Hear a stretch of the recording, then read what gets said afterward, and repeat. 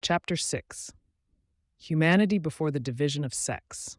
Although the form of man, in those ancient times which have been already described, was very different from his present form, yet, if we go still further back in the history of humanity, we find conditions differing even much more widely. For it was only in the course of time that the forms of man and woman arose from an earlier, original form, in which the human being was neither the one nor the other, but both at the same time. He who would gain for himself a conception of those primeval ages must free himself entirely from those customary ideas which are drawn from present conditions.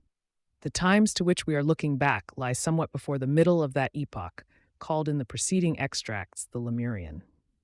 The human body then consisted of soft plastic matter, and the rest of the earthly forms also were both soft and plastic.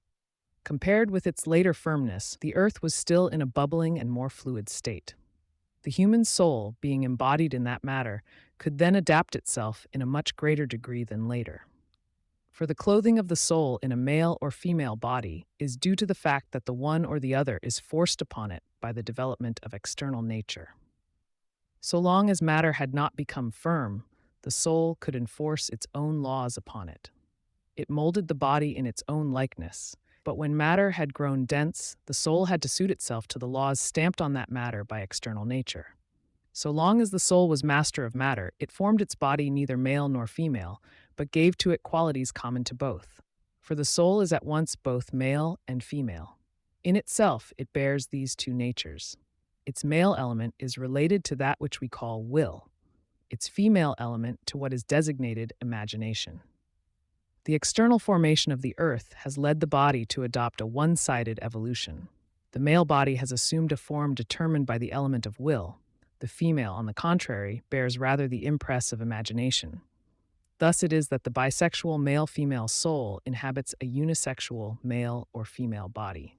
And so the body had, in the course of evolution, assumed so decided a form through the influence of external earth forces that thereafter it was no longer possible for the soul to pour its entire force into this body.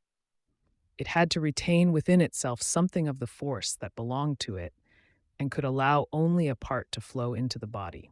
When we study the Akashic records, we see that, at a period in the far past, human forms appear soft, plastic, and quite unlike those of later times.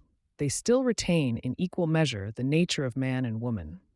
As time passes and matter densifies, the human body appears in two forms, one of which resembles the man's later form, the other the woman's. Before the appearance of these differentiated forms, every human being could of itself bring forth another. The fructification was no outer process, but one which took place within the human body itself.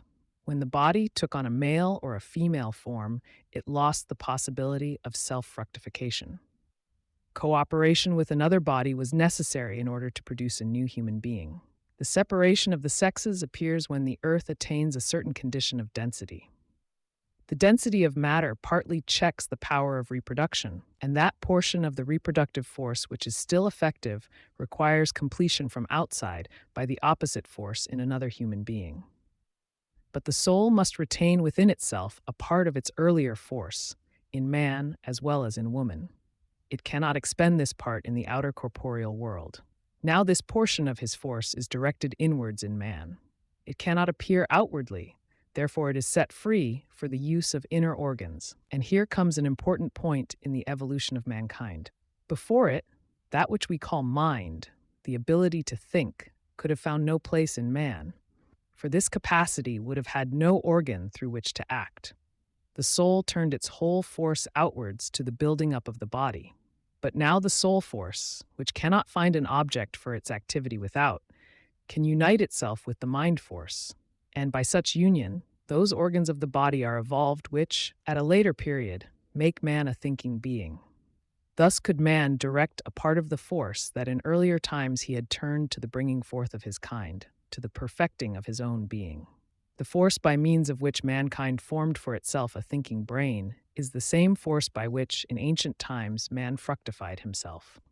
Thought is attained by unisexuality. Since man no longer fructifies himself, but the opposite sexes fructify one another, they can turn a part of their productive force inwards and become thinking beings. Thus, the male and female bodies, respectively, present externally an imperfect picture of the soul, but because of this, they become inwardly more perfect beings.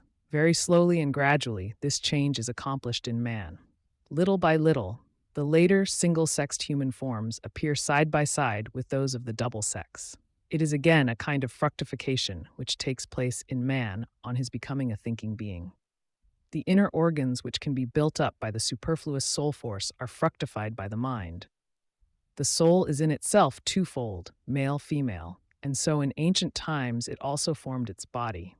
At a later period, it can only give to its body a form that can cooperate with another externally. For itself, it retains the ability to cooperate with the mind. From this time forward, man is fructified from without for the exterior part, from within and for the interior part of his nature by the mind. It may be said, then, that the male body has a female soul, the female body a male soul. This inner one-sidedness in man is now balanced by the fructification of the mind.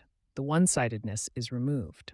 The male soul in the female body and the female soul in the male body both become bisexual again through fructification by the mind. Thus do man and woman differ in their outer form, and within, the one-sidedness of the soul unites itself in both sexes to a harmonious whole.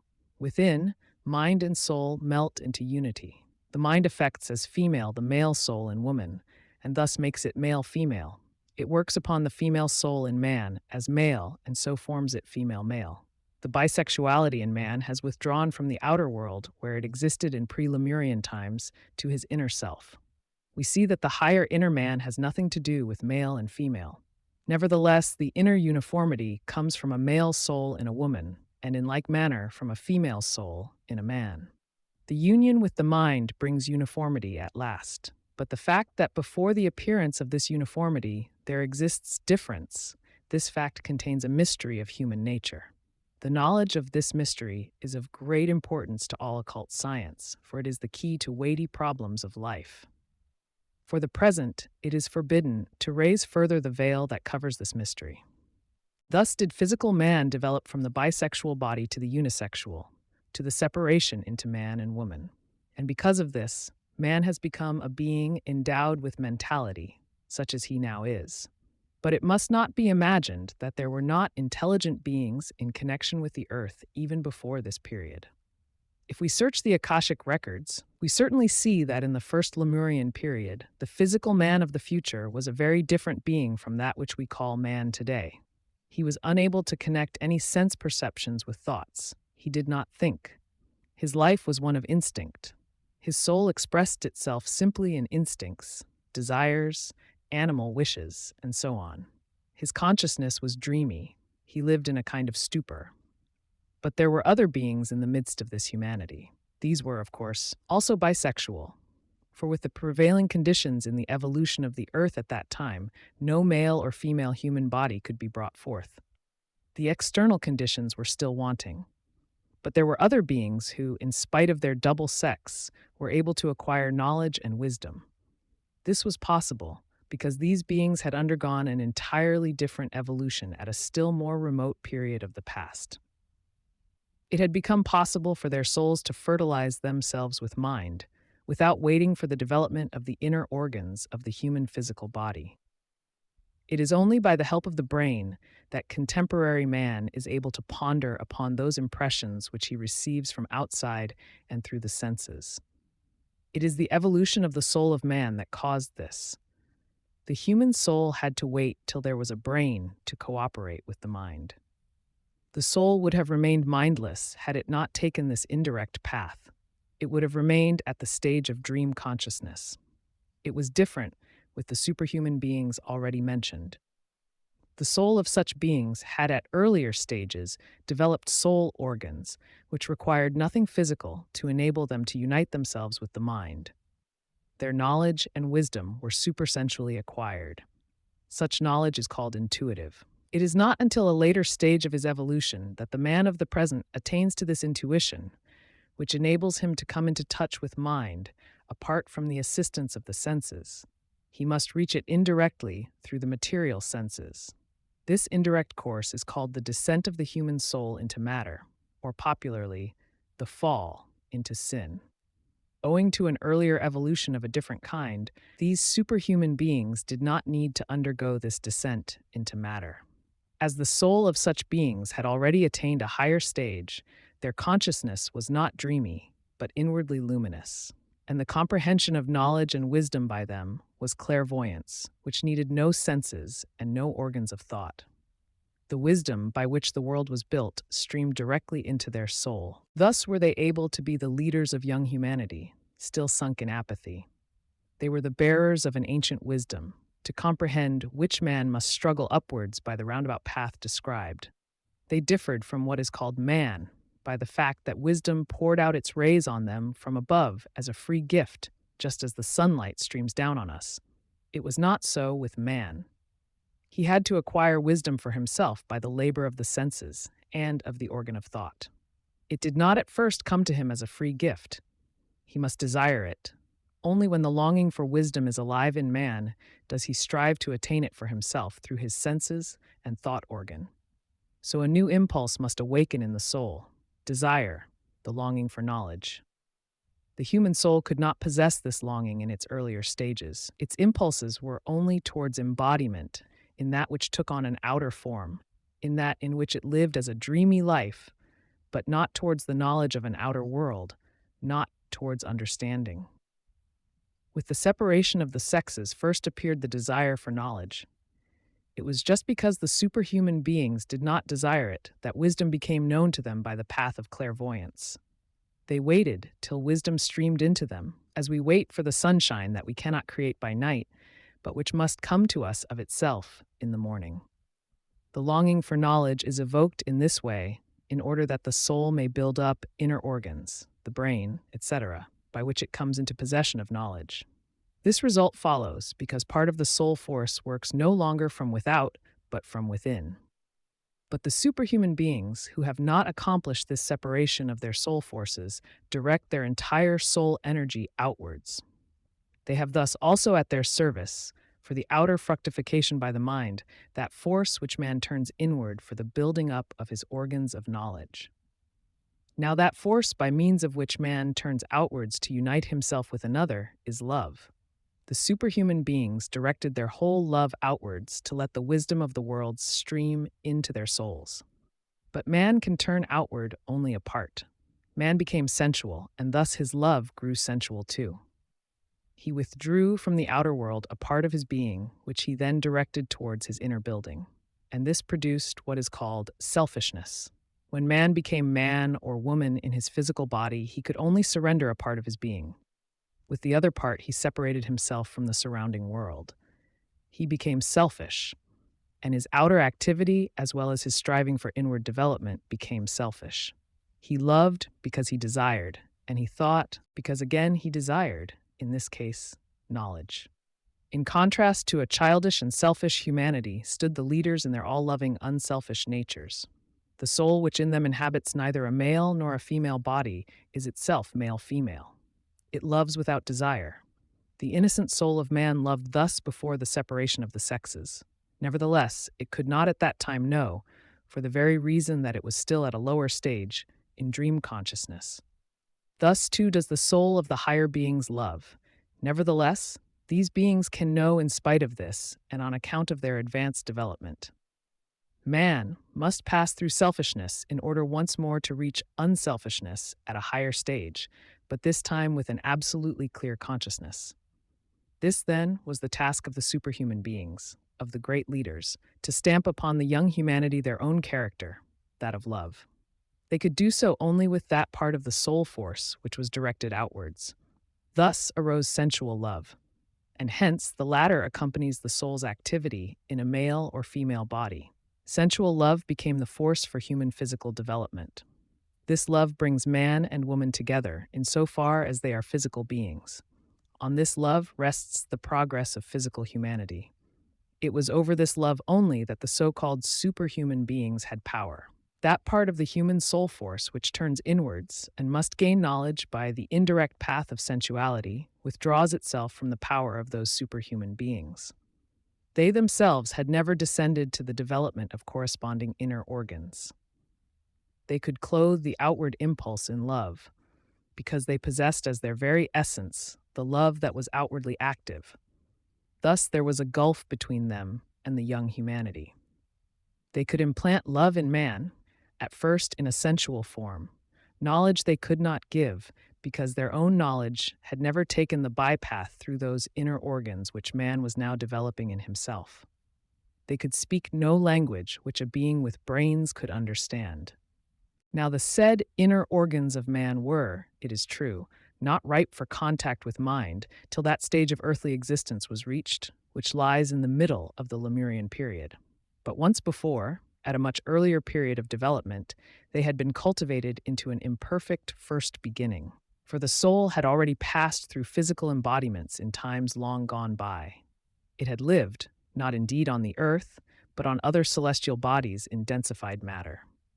More exact information on this subject cannot be given till later. Only so much as this may now be said. The beings of Earth had formerly inhabited another planet, and, according to the conditions existing on it, they had developed to the stage at which they stood when they reached the Earth. They laid aside the matter of the preceding planet like a garment, and became pure soul germs at the stage of development reached then, capable of sensation, of feeling, and so on. In short, able to lead that dreamlike life which still belonged to them in the first stages of their Earth existence. But the superhuman beings spoken of, the leaders in the domain of love, had also lived on the preceding planets, and were even there so perfect that they no longer needed to descend in order to develop the first beginnings of those inner organs. But there were other beings, not so far advanced as these leaders of love, but who might rather be counted as men on the preceding planet, who nevertheless outstripped mankind at that time. They were thus indeed at the beginning of the earth formation, further advanced than man, but nevertheless still at the stage at which knowledge must be acquired through inner organs. These beings were in a peculiar position. They were too far advanced to pass through the physical human body, either male or female, and yet not far enough to be able to act by means of perfect clairvoyance, as were the leaders of love. They could not be, as yet, beings of love, and at the same time they could no longer be men.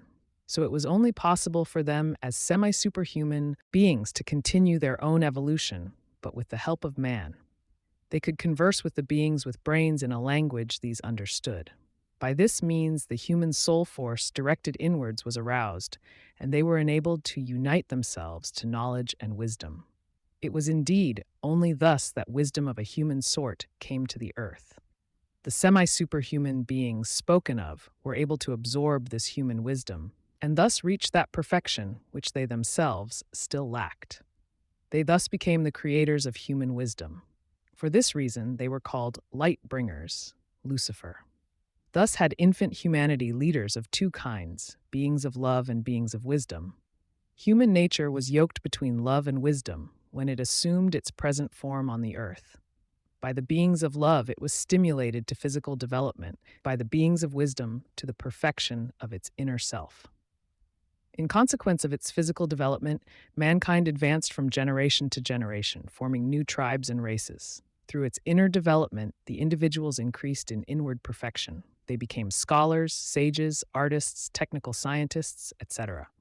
From race to race, physical humanity advances. Each race throughout its physical evolution transfers to the following one such of its qualities as are perceptible to the senses. Here the law of heredity reigns. The children bear the physical characteristics of their fathers. Beyond this lies an evolution towards perfection of mind and soul, which can only be accomplished by the development of the soul itself. And here we are confronted with the law of the evolution of the soul within the bounds of earthly existence.